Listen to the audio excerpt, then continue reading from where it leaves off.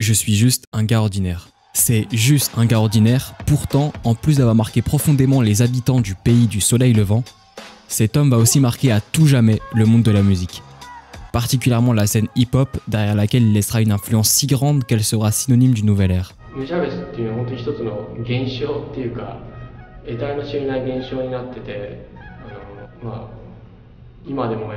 Aujourd'hui, tout le monde s'accorde à partager un profond respect et une profonde gratitude pour la beauté qu'il a su si magnifiquement apporter à travers sa musique. Un respect si important que des hommages lui sont encore rendus aujourd'hui.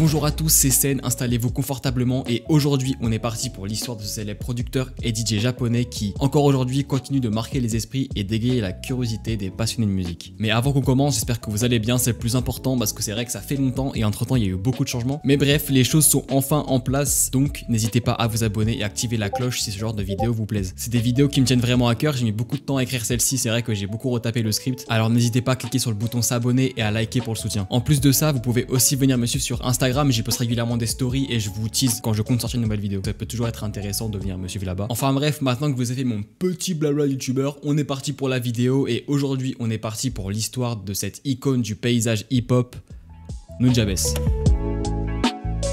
De son vrai nom Jun Seba, Nujabes est né le 7 février 1974 à Adachi, une ville au nord-est de la capitale du Japon, Tokyo. Et c'est tout.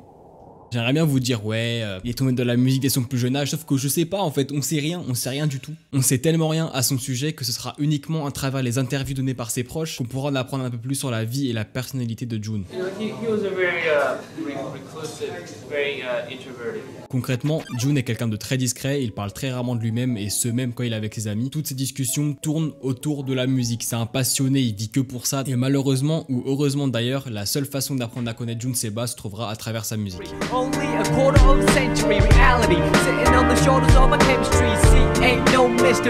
En voyant les choses de ce point de vue, on peut vraiment se dire que c'est certainement la plus belle façon de se présenter à nous. Parce que sa musique va être un moyen pour lui de s'exprimer envers nous sans avoir à prononcer la moindre parole. Et il faut avouer que quand tu vois la carrière musicale du type, c'est magnifiquement réussi. Jun Seba, c'est un personnage qui, encore aujourd'hui, est très énigmatique. Il est très difficile de se renseigner sur la vie de ce prodige. Personnellement, j'ai dû faire beaucoup de recherches pour écrire ce script et j'ai vraiment trouvé très peu d'informations sur sa vie personnelle, c'est limite impossible. Et tout ça, en fait, ça peut se comprendre par le fait que Nujabes a toujours veillé à détacher sa personne de sa musique. Il a vraiment mis un point d'honneur sur ça, car lui, attirer l'attention, il aime pas ça. Tout ce qu'il veut lui, c'est faire sa musique tranquillement dans son coin sans être forcément remarqué par les gens. Et là, c'est le moment où je cut un peu la vidéo parce que là, les gars, je suis en train de faire le montage et ça n'a aucun sens. J'arrive pas à articuler, du coup, on comprend pas ce que je dis par la suite. Du coup, je vais vous apporter des précisions. Ce que j'ai voulu dire après ces propos-là, c'est que ça se trouve, les gens se disent qu'en savoir plus sur Jun Seba permettrait certainement d'interpréter d'une manière différente l'univers de Nujabes. Sauf qu'il faut savoir que ça n'arrivera jamais parce que, compte tenu de la discrétion de Nujabes, il n'a donné aucune interview de toute sa carrière. Et ça, c'est ce que je pensais.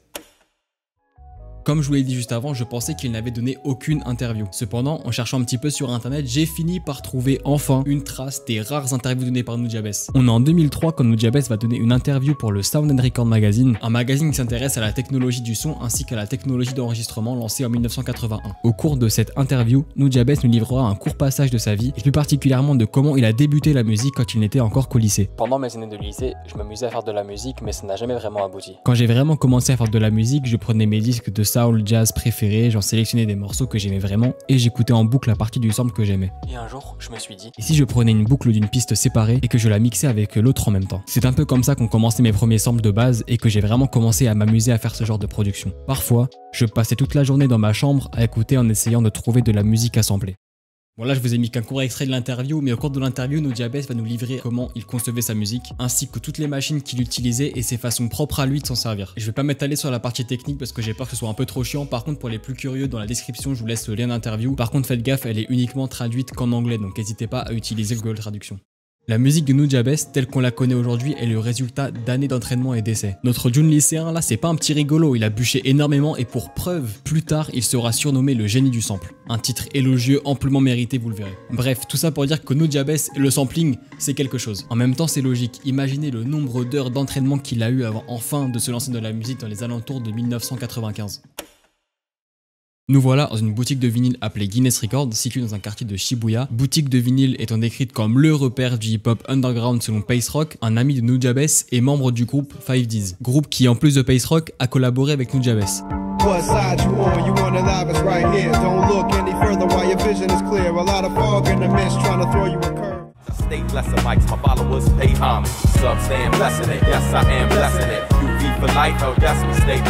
Ah oui, et je sais pas si je l'ai précisé, mais la boutique elle est tenue par Nujabes lui-même. You know, he was a record store owner, so he had a massive collection of his own, or he had access to a lot of records. Chaque vinyle a été sélectionné par ses soins et quand tu sais que Nujabes avait une culture musicale de fou furieux et qu'il piochait des vinyles dans sa boutique pour en créer des samples, tu comprends vite que dans Guinness Records tu trouves pas n'importe quelle musique. Donc quand il avait une panne d'inspiration, paf, petite visite dans la boutique, petit vinyle intéressant, paf, il le sample et c'est parti, c'est tout, c'est aussi simple que ça. Et ce mec il a trop d'inspiration, il peut tout faire. Fallait vraiment être un putain détraqué pour trouver tous les sons qu'il a trouvés au cours de sa carrière et vous le verrez, j'ai réservé une catégorie exprès dans la vidéo, mais tous les samples qu'il a trouvés ils sortent tellement de nulle part. Mais comment il fait, il est trop fort. Parce que oui, en plus de ça, même le hip-hop était pas si démocratisé que ça au Japon à l'époque, et pourtant ça n'a pas empêché Nujabes d'avoir des inspirations de fou furieux. Dans Guinness Records, tu trouveras pas du tout de hip-hop commercial, c'est impossible. Là-bas, tu vas trouver que des pépites du monde entier, pas que du Japon, pas que des États-Unis, vraiment du monde entier. Guinness Records, c'est un putain de repère pour les diggers. Donc on peut clairement dire que Nujabes a bien conçu sa boutique à son image. Avec tous les éléments qu'on a désormais, il est facile de comprendre où Nujabes trouvait son inspiration pour réaliser ses compositions. Parce qu'en plus de ça, Nujabes, il est pas que passionné de hip-hop, vraiment, dans ses samples, on retrouve tout type de musique. Il va pas se limiter qu'au hip-hop, bien que ce soit son style de musique de prédilection. I think musically, he was very different. He had like a very different taste than most hip-hop producers. I'm sure he studied American hip-hop and American catalog of soul, funk and stuff like that. He really dug like Brazilian music, or you know what I mean, the whole bossa vibe, or like really abstract jazz, you know, from Japan for example. Many American producers may not have sampled to that point.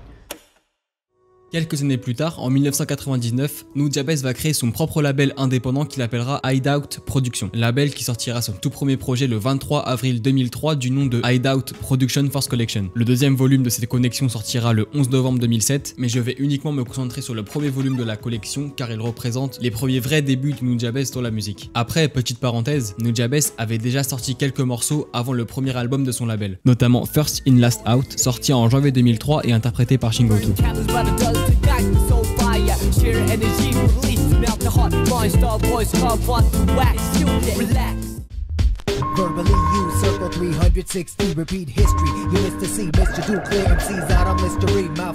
J'aime bien cet album, on retrouve vraiment plein de styles et de flows différents à chaque morceau, donc concrètement on peut passer d'une touche un peu jazz à ce que j'appellerais du hip-hop good vibe.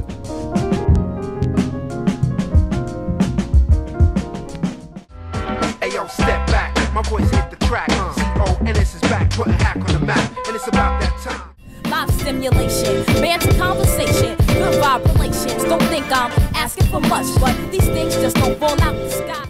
Born in Maryland, let me make that known. The county of PG's my home sweet home. Yo, I gotta put it down for my hometown. La vérité c'est que je pourrais vous bombarder d'extraits mais j'ai pas envie de vous gâcher le plaisir, alors vraiment lancez Spotify et foncez écouter cet album. Petit point que j'aimerais faire avant de passer à la suite pour que vous ne soyez pas perdus après, mais dans ce premier projet on va retrouver tous les artistes qui continueront de collaborer avec Nujabes dans le futur, comme notamment Funky DL, Substantial, Shingo2, Pace Rock, Psystar, etc. Il y en a encore plein d'autres, tous des artistes super talentueux qui s'allient parfaitement à la musicalité de Nujabes, qui possédait pourtant une musicalité encore inexplorée dans le milieu à cette époque-là. Ça montre vraiment à quel point Nujabes apporte un vent de fraîcheur dans le paysage musical aussi bien japonais qu'à l'international. Et maintenant, faut que je vous avoue quelque chose. Dans cet album, il y a deux morceaux ultra célèbres dont je n'ai volontairement pas parlé. Ces deux morceaux feront plus tard partie d'une hexalogie, l'hexalogie qui s'appellera Love Sick, mais si je ne vous en ai pas encore parlé, c'est pour la simple et bonne raison que je vous ai réservé une partie exprès pour cette hexalogie qui a une histoire vraiment mais incroyable. Maintenant que je vous ai tout dit, on passe à la suite.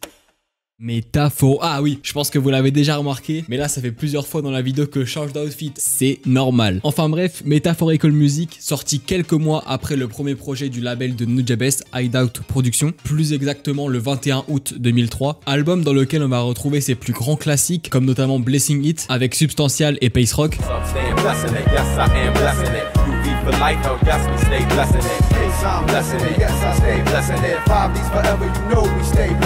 Le fameux morceau Lady Brown.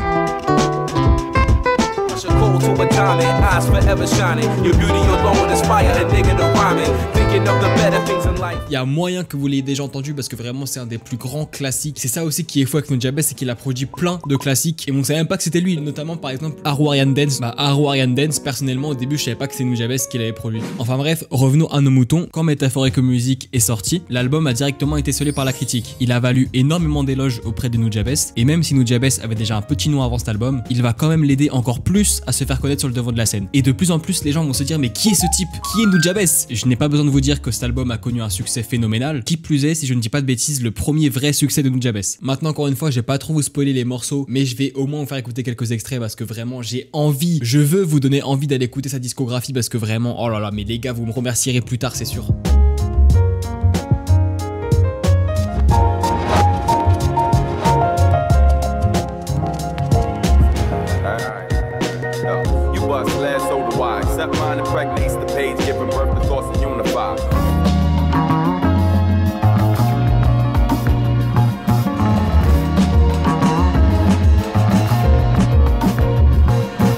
Il y a aussi un autre morceau que j'aime beaucoup, notamment pour l'instrumental que je trouve magique.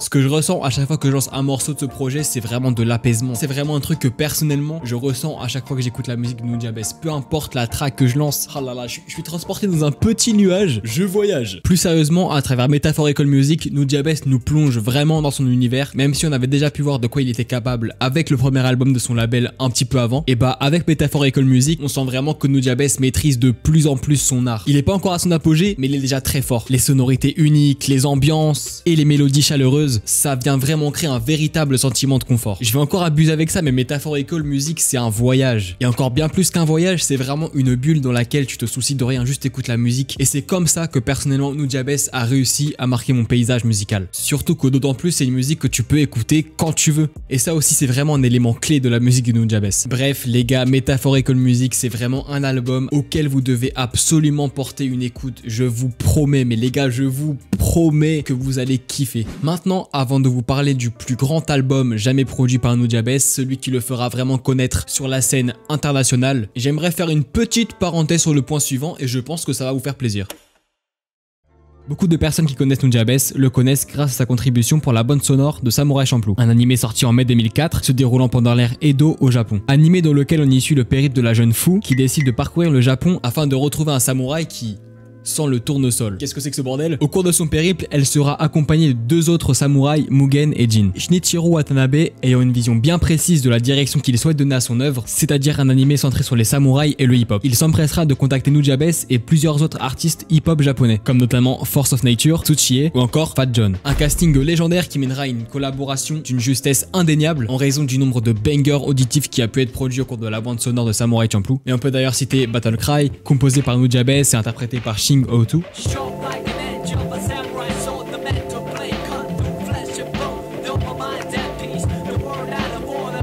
On a aussi l'ending Shiki no Uta.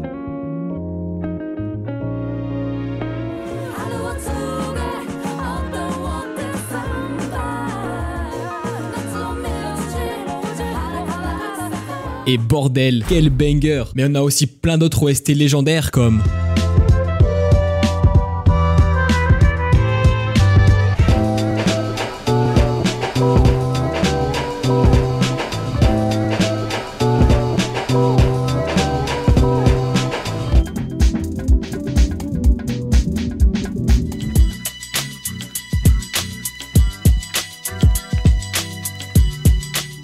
bordel, qu'est-ce que j'aime la patte artistique de Nujabes. Il peut tout faire tout en restant fidèle à ses idées et ça c'est juste incroyable. Même si la vidéo est centrée sur Nujabes, j'aimerais néanmoins aussi vous montrer les OST que les autres compositeurs ont produits pour Samurai Champloo parce que vraiment je pense qu'elle vaille le détour.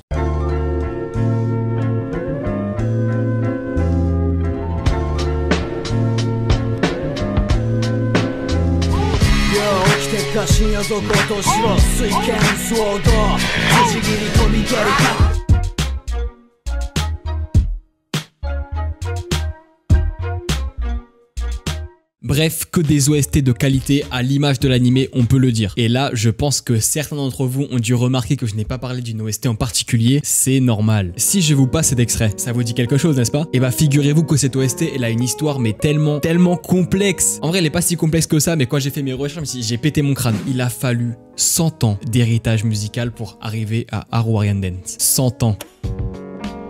Nous voici en France, en 1899, Maurice Ravel écrit la composition pour le morceau Pavane pour une infante défunte. Une composition dans laquelle pendant quelques petites secondes, on entendra ce passage.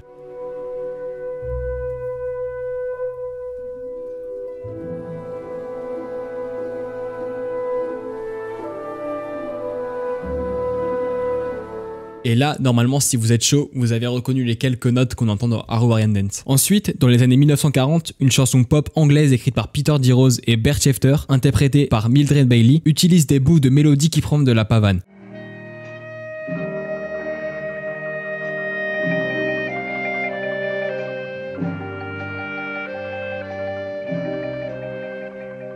Alors là, pour être honnête, j'ai pas réussi à entendre, mais c'est dans l'histoire de la musique. Vraiment, si vous voulez, je vous mettrai la source. On arrive en 1969, quand un guitariste brésilien du nom de Laurindo Almeida enregistre sa version de The Lamp is Low.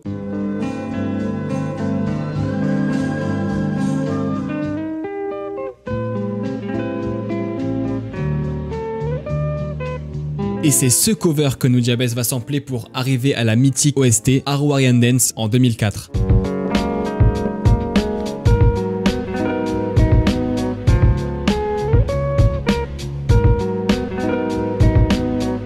La musique, c'est un héritage de fou furieux, vraiment comment ça se transmet dans le temps, je trouve ça vraiment incroyable. Maintenant, il est enfin temps que je vous parle de l'album qui va faire exploser Nujabes.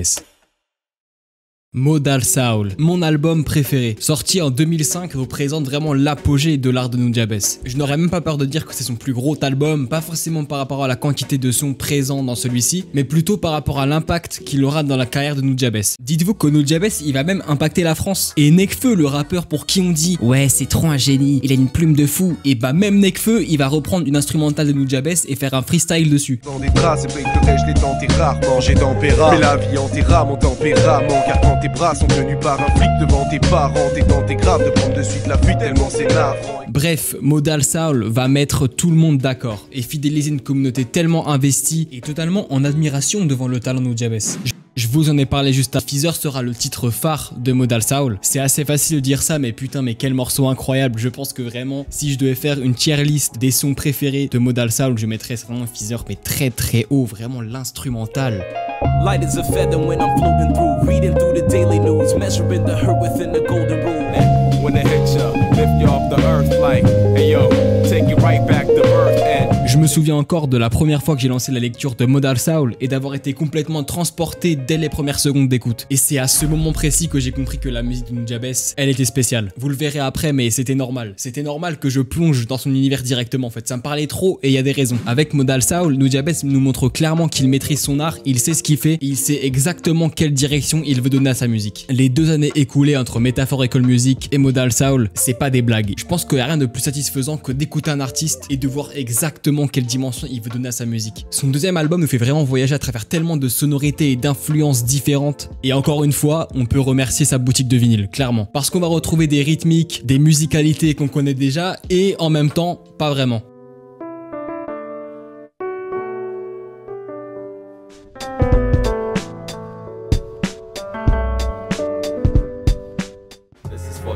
I don't say enough, waiting for the day we touch. Your lips to mine, eclipse solar lunar. I'll see you soon, but talk to you sooner.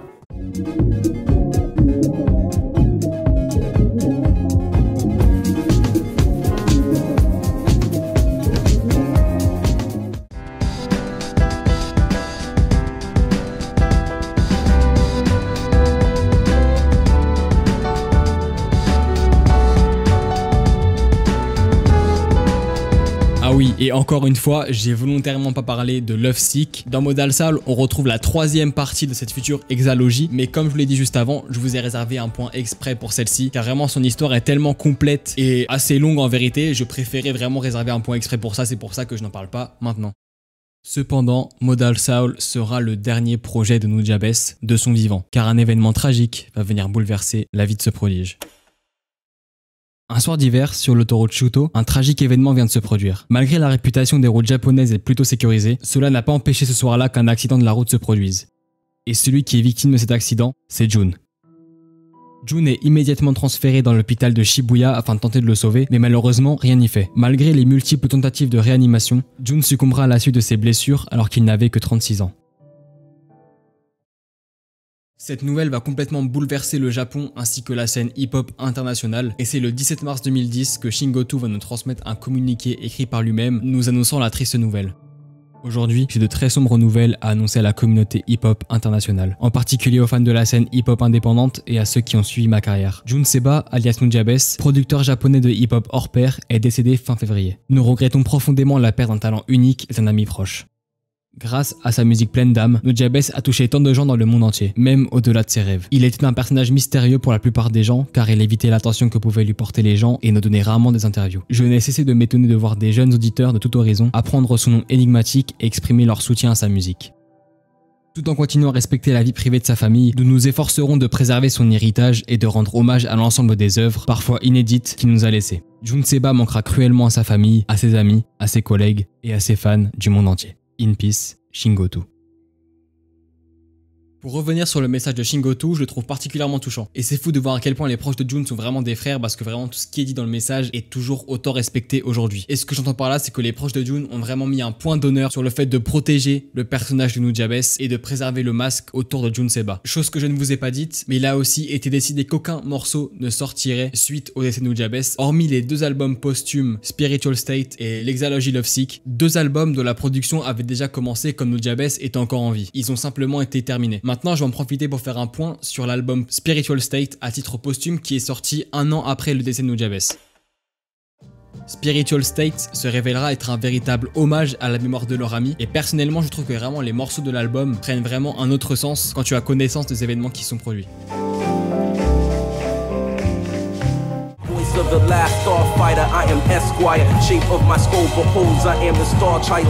Put it in the atmosphere, raise it up until we're near. Touching on the face of God, maybe now he's gonna hear.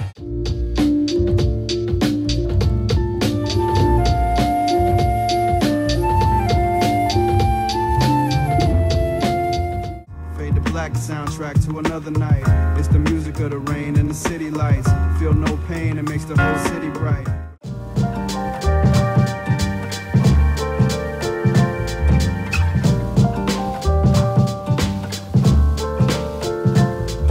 En vérité, j'ai pas plus de choses à rajouter que ça par rapport à Spiritual State, car mes propos restent les mêmes que pour les précédents albums. Je reste toujours émerveillé par les instrumentales et les moyens de production qui sont mis derrière chaque morceau. Les membres d'Hideout Productions, le label de Nujabes, continuent encore aujourd'hui à rendre hommage à ce talent unique par le biais de tributes.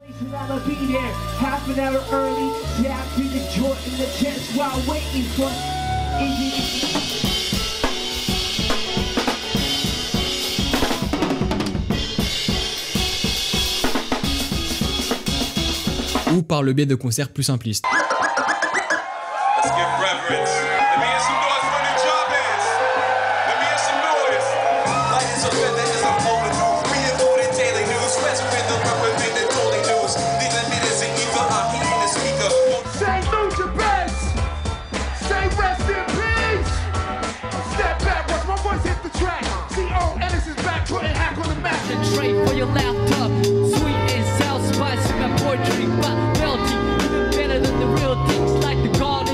Donc pour ça, on ne peut clairement que remercier les membres d'Hideout Productions de continuer à honorer et à faire vivre la musique de Nujabes, car c'est grâce à eux que sa musique va continuer à vivre à travers les époques, ainsi qu'à continuer de faire découvrir le riche et vaste univers musical de Nujabes à de nouvelles personnes. J'aimerais aussi vous faire une petite remarque qui aura son importance pour les points d'après. Nujabes partage la même date d'anniversaire qu'un artiste américain qui lui aussi est un pilier du mouvement abstract hip-hop et qui, comme Nujabes, aura une influence majeure dans un tout nouveau style de musique qui naîtra par la suite, mais ça je vous en parle juste après. Le nom de cet artiste, c'est J-Dilla. Des hommages en commun leur ont été rendus notamment par Funky DL qui a sorti un album tribute se nommant February A Rest in Beats Tribute to the Sound of J-Dilla and Nujabes, qui reprend certains des plus grands classiques des 2 artistes respectifs.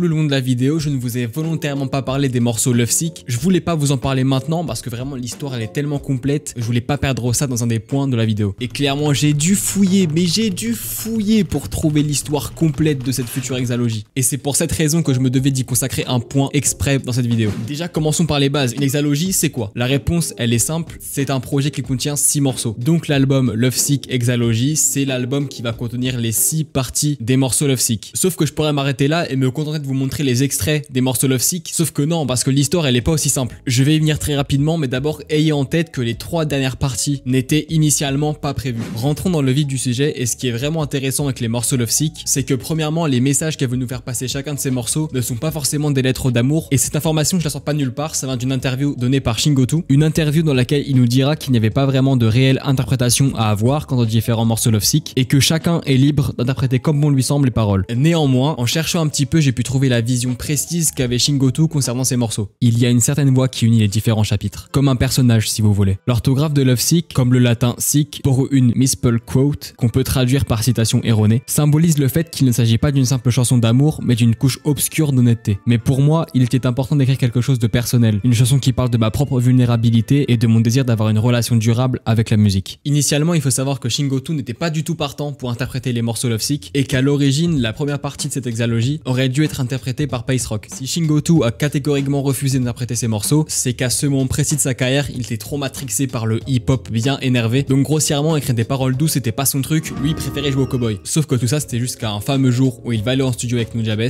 une session studio au cours de laquelle Nujabes va faire écouter ses compositions à Shingotu. Shingotu va entendre l'instru de Lovesick et il va devenir fou, et ça va être à ce moment là qu'il aura le déclic. Il va directement dire à Nujabes qu'il veut immédiatement, mais vraiment immédiatement poser son instrumental. En même temps l'instru elle est trop mielleuse, moi j'aurais été à sa place, j'aurais réagi pareil. J'ai envie de dire qu'il était temps que ce gentil petit bandit range ses armes et qu'il se mette à poser des lyrics bien mielleux pour nos oreilles. Shingotu perd pas plus de temps, il va directement contacter Pace Rock pour négocier avec lui. Pace Rock va accepter volontiers la proposition de Shingotu et c'est comme ça que va naître le premier morceau, Lovesick. Sick like a dog, canine sensitivity. Developing this new theory, a relative. Cause a beat plus a melody makes me speak of L-O-V-E eloquently, so evident. Ensuite, la partie 2 et 3 vont être enregistrées assez spontanément. La deuxième partie qui a été enregistrée suite aux tragiques événements du 11 septembre 2001, Shingotu basera les paroles de ce morceau sur son ressenti sur le monde. Once again, now where do I start? Dear love, I'm struck with the prologue to find you here. Tel Aviv, as they say, L-O-V-E evidently see every song has a sequel. Never say. La partie 3 quant à elle parlera du pouvoir de la musique et du besoin de retourner aux racines de celle-ci afin de mieux comprendre le pouvoir qu'elle transmet.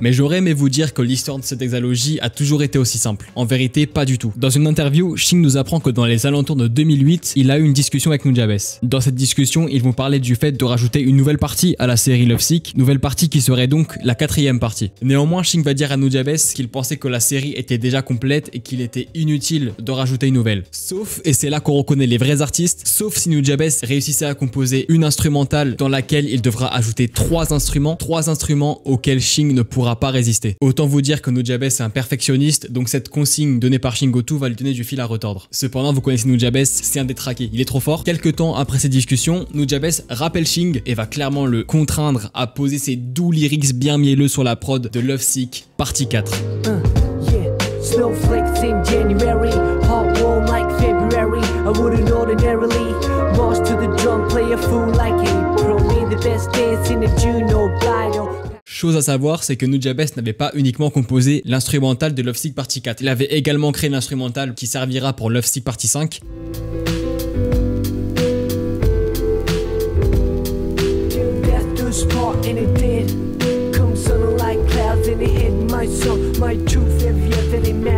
Ensuite, quelques temps plus tard, vous le savez déjà, mais Nujabes est décédé au cours d'un tragique accident de voiture. Cet événement va laisser Lovesick au point d'arrêt, provoquant ainsi l'anéantissement de tout espoir de voir cette hexalogie complétée un jour. Du moins, ce que tout le monde pensait jusqu'au printemps 2010, c'était une journée comme une autre, journée au cours de laquelle Shing se rendit à la boutique T-Records, une autre boutique tenue par Nujabes qui se trouvait en vérité au sous-sol de la boutique principale Guinness Records. Shing y retrouvera Takumi, et c'est à cet endroit précis que Takumi va annoncer une nouvelle totalement inattendue à Shingotu. Un fichier se se nommant Love Sick Grand Final a été retrouvé dans le téléphone de Nujabes. Cette nouvelle va laisser Shinks sous le choc pendant qu'en même moment, la boucle du son se jouait dans la boutique. C'était une simple boucle, mais j'ai instantanément su que nous devions la terminer.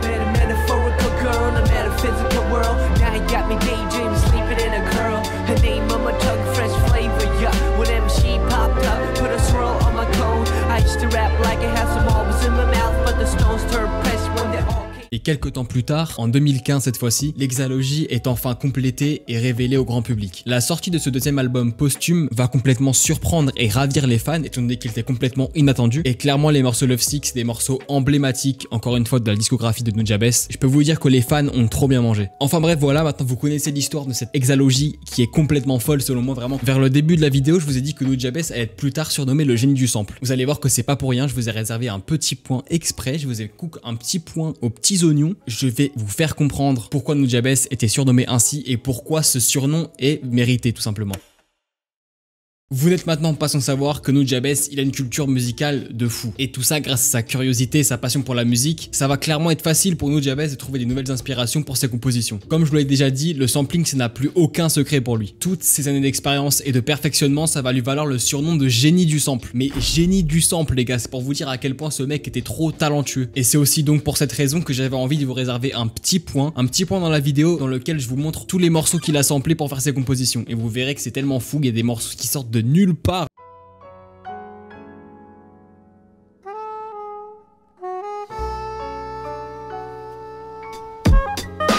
Love sick like a dog with canine sensitivity, developing this new theory of relativity, connecting.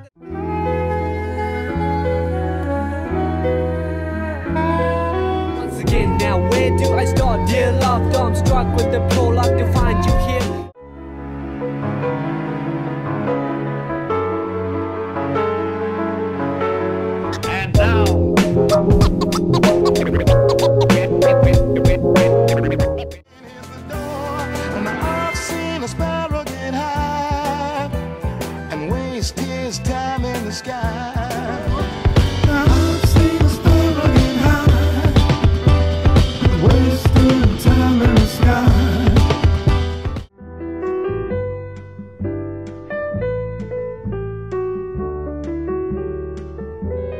Light as a feather when I'm floating through, reading through the daily news, measuring the hurt within the golden rule. Et là en fait pour le morceau Feather, c'est un peu comme avec Haruarian Dance, il a fallu seulement quelques notes, quelques petites secondes seulement qui ont suffi à créer la composition du morceau Feather. Et si maintenant je vous disais que Nujabes a été le précurseur d'un des plus gros mouvements musicaux jamais écoutés dans le monde entier, vous réagiriez comment? Parce que dans le point suivant, c'est ce qu'on va voir. Je pense que je vous ai donné suffisamment d'exemples pour que vous compreniez que Nujabes est clairement le précurseur du mouvement lo-fi. En écoutant les morceaux que je vous ai montrés, vous avez certainement dû vous dire qu'il y avait quand même des ressemblances avec la lo-fi et c'est normal. On retrouve dans la lo-fi des éléments caractéristiques comme des mélodies calmes, relaxantes et réconfortantes et qui parfois ou même souvent d'ailleurs nous procurent un sentiment de nostalgie très difficilement descriptible. Je pense ne prendre aucun risque quand je dis que ces éléments on les retrouve totalement dans la musique de Nujabes et à mon avis si vous avez déjà écouté de la lo-fi, vous serez totalement en mesure de confirmer ce que je suis en train de dire.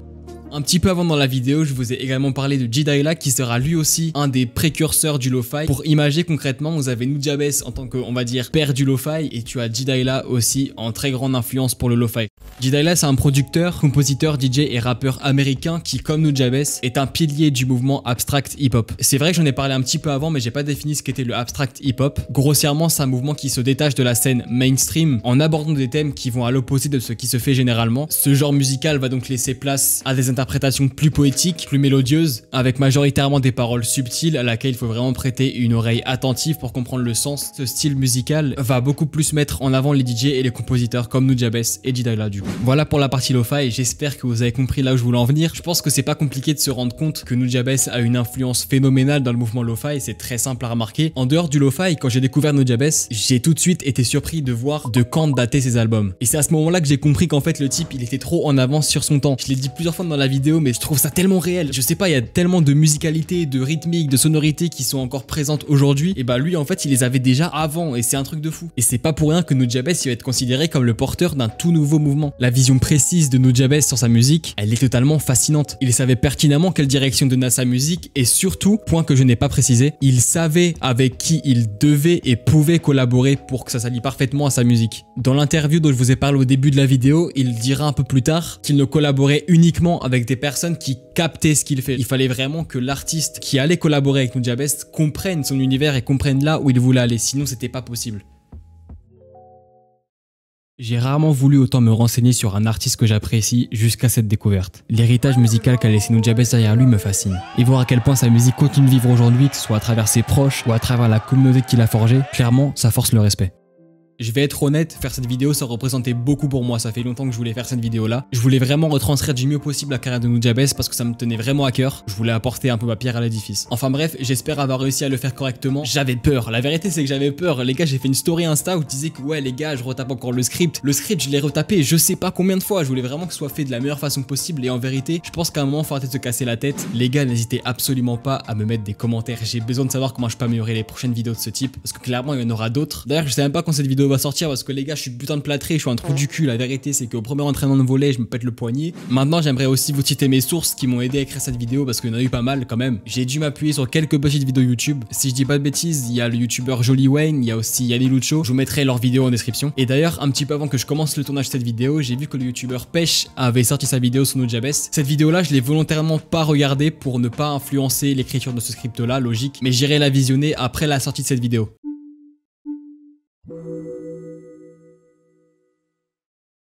Quoi qu'il en soit, moi les gars, j'espère que la vidéo vous a plu. Vraiment, j'espère sincèrement que j'ai fait les choses correctement et que j'ai pas fait de la merde. Encore une fois, pensez aussi à vous abonner, à liker et à me laisser un petit commentaire pour savoir comment je pourrais améliorer les prochaines vidéos de ce type. Et moi, je vous dis sur ce, c'était SN, à la prochaine.